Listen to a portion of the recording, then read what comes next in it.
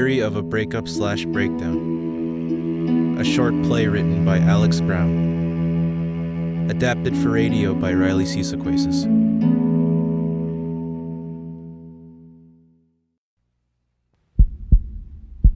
Day 1. You wake up to discover your head is pounding and your heart is hammering so hard in your chest you feel like it's about to pop out and say, hello. You are sweating, your mouth is dry, your eyes are bloodshot. You try to think of words to describe this sensation. You settle on absolute devastation, although you don't feel that does it complete justice. You feel like a grenade has been detonated in your chest. You move around very slowly, trying to pick up the pieces and pack them back into your rib cage. But they keep falling out again in big bleeding chunks. You cry. A lot.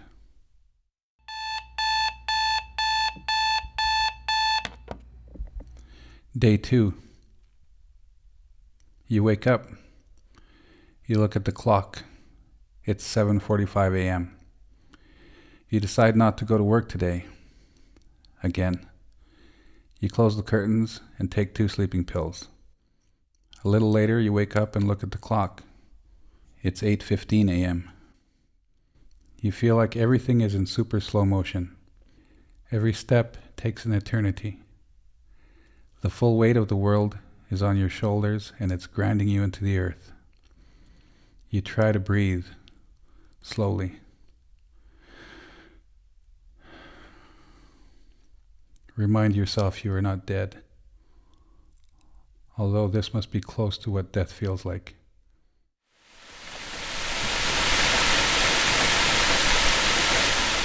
Day 3.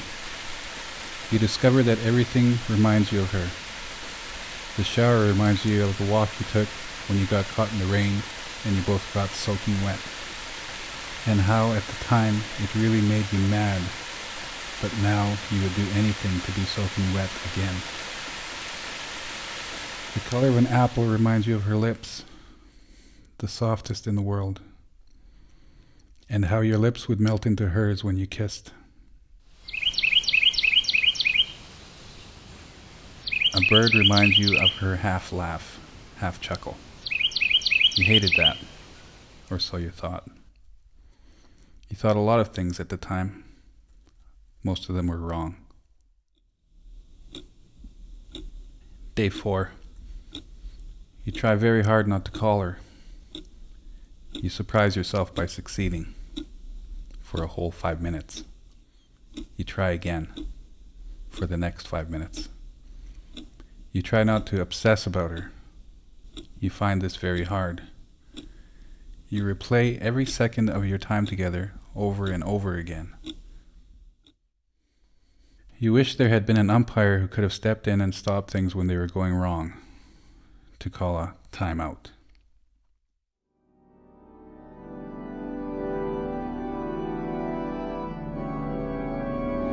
Day 5. You pray. You can't remember how to pray or exactly why you're praying, but you pray anyway. Your prayer goes like this. Please God, bring her back to me. I will do anything on earth if you just bring her back to me. Also, kill him. Kill him and bring her back to me. Amen. P.S. Don't really kill him. I would feel bad about that. Just bring her back to me without killing him. Thanks.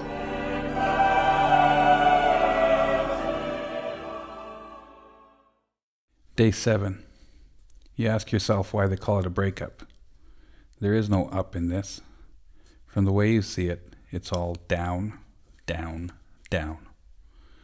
It's harder to imagine you can go further down than you currently are, but you're sure you're about to find out just how that is possible. You see her new relationship status on Facebook. You feel like you just got hit in the head with a sledgehammer.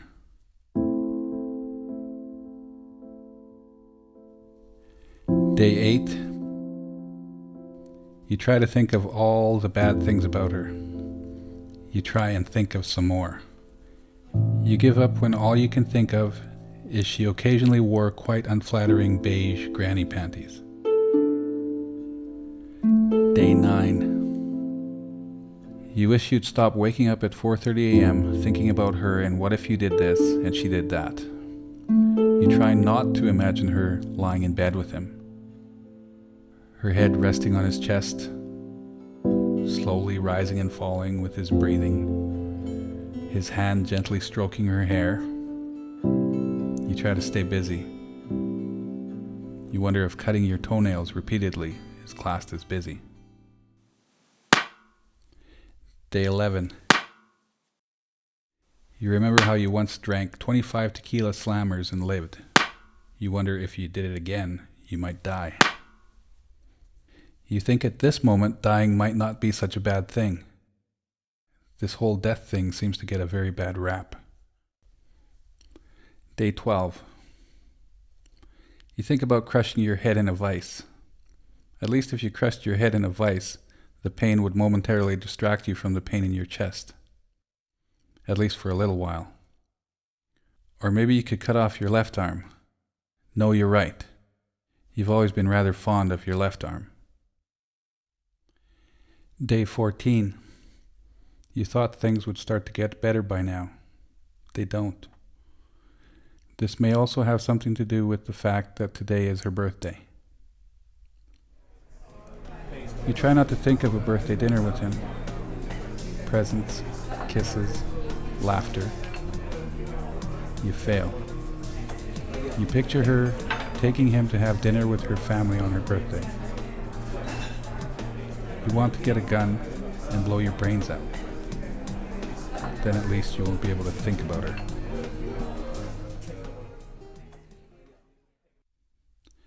Day 15. You congratulate yourself on getting to day 15. Is it only day 15? You count again. Bugger. Not as painful a day, but sadder. Sadness mixed with hot flashes of anger. Anger is good. It means you are getting better.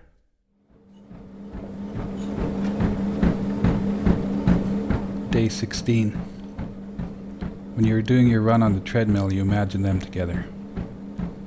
The surge of pain and anger makes you run faster and harder. You are happy you found at least one good thing out of their getting together.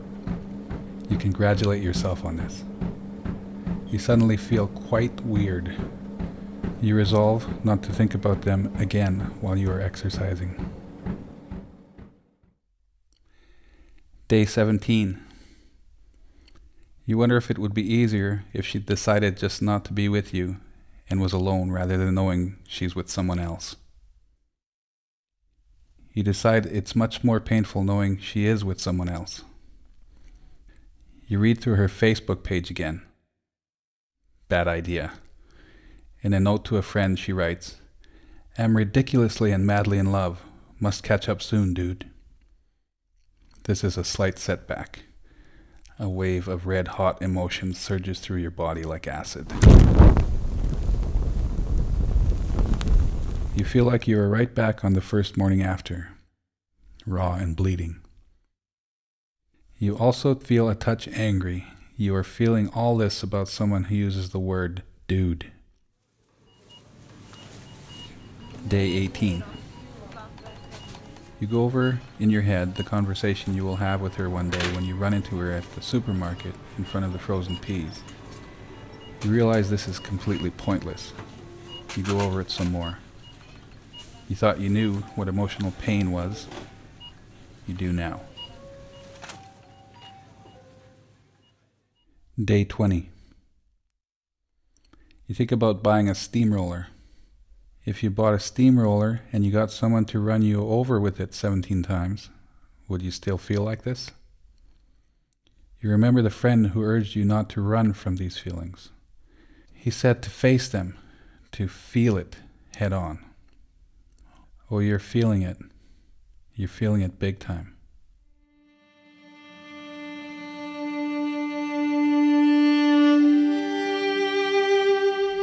Day 21. You think about her most in the morning. No, You think about her most at night. No, you think about her most in the afternoon. Or it could be when you wake up in the middle of the night from a dream about her. You decide to call it a tie.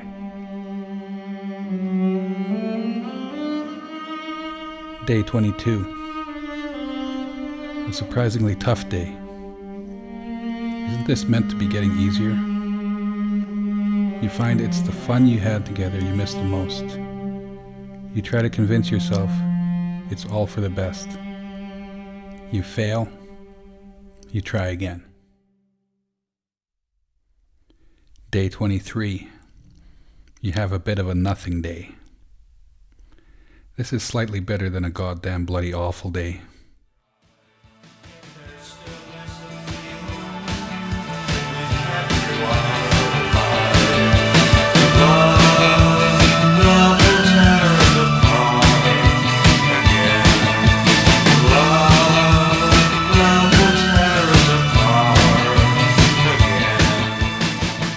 Day 24. You listen to every depressing song ever written. You find The Smiths, Joy Division, and Billie Holiday especially good for this purpose.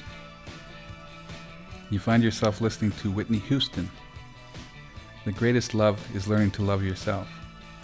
Oh really, Whitney? And is that what you told yourself when Bobby Brown smacked your bitch up? You come up with a new plan.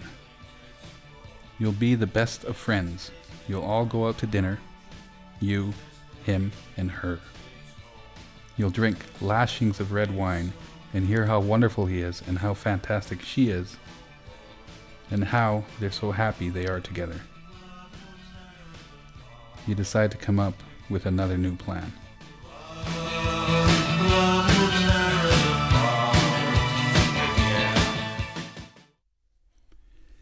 Day 26. You wonder what she's doing now. And now. Your life feels very empty without her. You try to plug up the hole with other things. Food, alcohol, videos, masturbation. You are not particularly successful in this endeavor.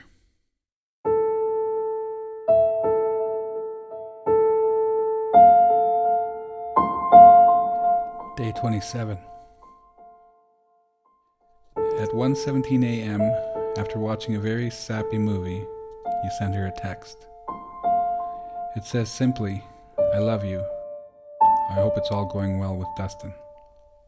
The next morning, you regret this. You just want to give her a big hug. You want to give her a big, long hug that you disappear into her arms and are never seen again. Day 28.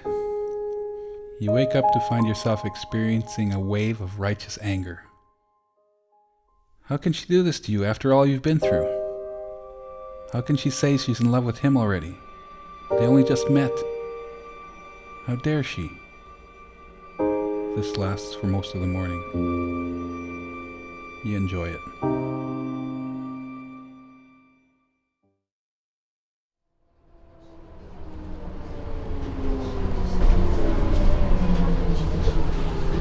Day 30. You are on a bus, looking out the window. It is a fairly ordinary day. You feel a strange expression on your face. You check your reflection in the window. You are surprised to see it is a smile. You think this is probably a good thing. You are not exactly sure where the bus is going, but you decide to continue the journey.